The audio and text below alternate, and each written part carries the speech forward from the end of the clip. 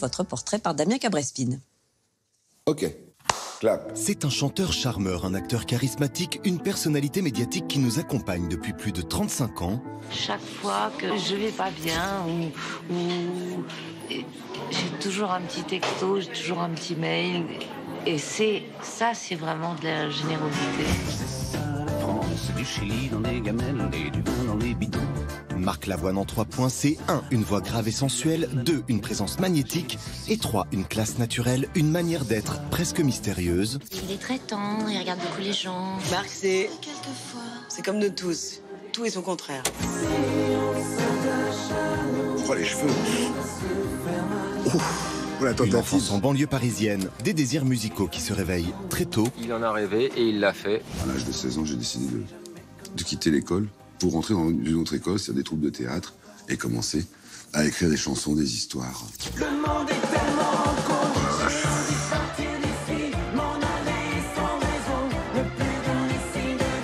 Un premier titre en 1983. Juste pour oublier mon cœur, je t'ai tout laissé dans la cour. Un carton énorme en 1985. Elle a les yeux revolver, elle a le regard qui tue. Elle a tiré la première, m'a touché, c'est foutu. Marc Lavoine cumule les tubes. begin avec toi. We don't begin avec toi.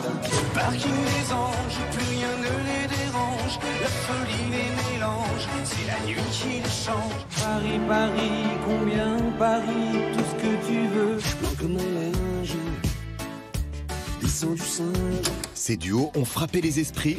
Ici, nos raisons nous séparent.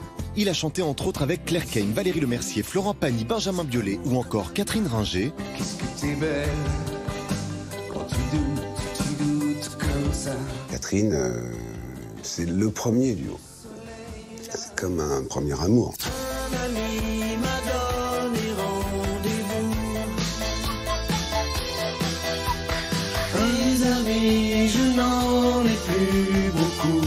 Le jour où il t'appelle, tu fais oui tout de suite. Après, quand il te fait passer la chanson, tu dis et en plus, elle est bonne. Au cinéma, sa filmographie se décline autour d'une quarantaine de longs métrages. On l'a remarqué chez Tony Gatliff, Elie Chouraki ou encore Claude Chabrol. Parmi tous les gens qui travaillent dans le show business, Marc est le type qui m'a paru non seulement le plus civilisé, mais un des êtres les plus civilisés que je connaisse. Son rôle dans la trilogie de Marc Esposito, Le Cœur des Hommes, lui a ouvert un nouveau public. Avant le cœur des hommes, c'est les femmes beaucoup qui me soutiennent. C'est à partir de ce rôle que les garçons ont commencé à se dire « Ah, Lavoine, il est sympa ». En 2015, Marc Lavoine se lançait pour la première fois sur une scène de théâtre. Je ne suis pas là pour être rassurant. La même année, il se dévoilait un peu plus avec L'Homme qui ment, un roman dédié à son père. J'ai eu une éducation très simple parce que mes parents m'ont raconté l'histoire du monde à travers les artistes qu'ils aimaient. Je bois un café serré au comptoir en bois. Je prends la rue des Canettes. Je reviens à toi. Mais aujourd'hui, c'est avec un nouvel album que Marc Lavoine vient nous rendre visite. De viande apollinaire, trotte dans le froid. Un 12e album studio composé avec son éternel complice Fabrice Aboulker. 10 titres écrits entre Los Angeles, Londres et Paris. De l'élégance, une voix de velours et de l'amour, toujours. Il y a de la poésie dans cette ville, je crois.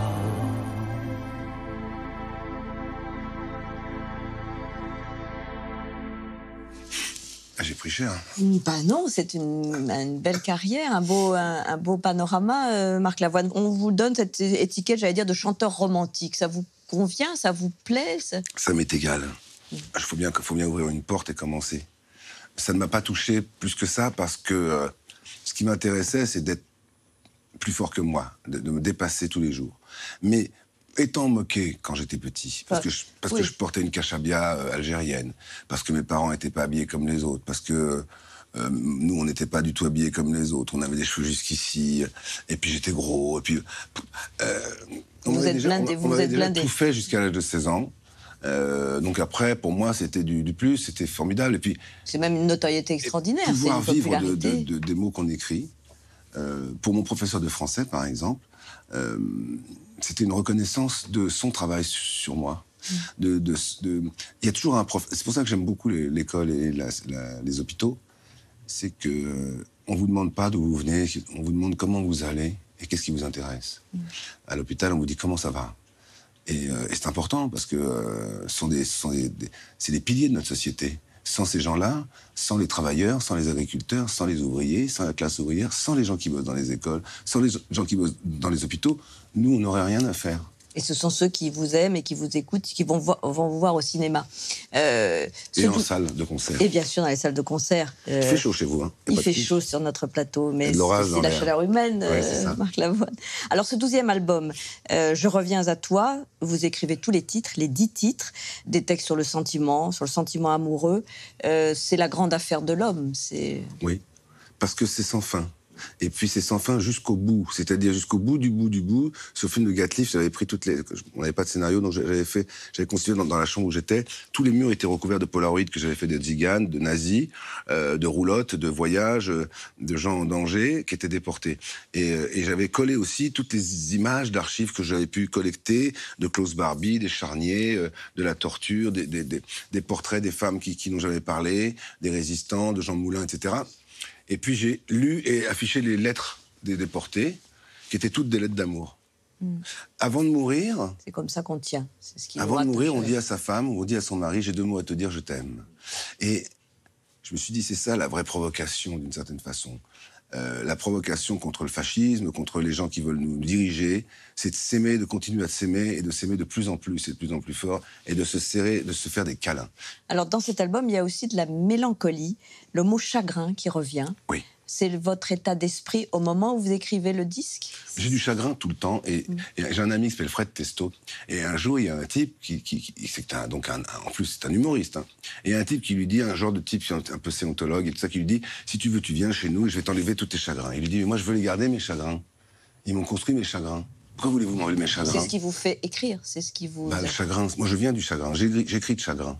Mais il n'y a pas quelque chose de consumé aussi un peu en vous dans la chanson que vous, d'ailleurs, interprétez avec votre fils, Roman? Le temps? Oui. C'est génial, le temps. Mais c'est quelque chose qui passe, enfin, ou en tout cas qui se consume. Oui, mais par exemple, j'avais écrit le temps perdu. Il n'est pas perdu pour tout le monde, le temps qu'on perd. On nous oblige tellement à aller vite, à aller plus vite que nous. Je veux bien qu'on fasse des choses plus grandes que nous, ça c'est bien. Mais qu'on aille plus vite que nous, pourquoi? Pourquoi on nous dirait dépêchez-vous, vous n'êtes pas au courant de ça, mais vous savez pas si... Mais pourquoi on nous fait ça? Pour quelle raison?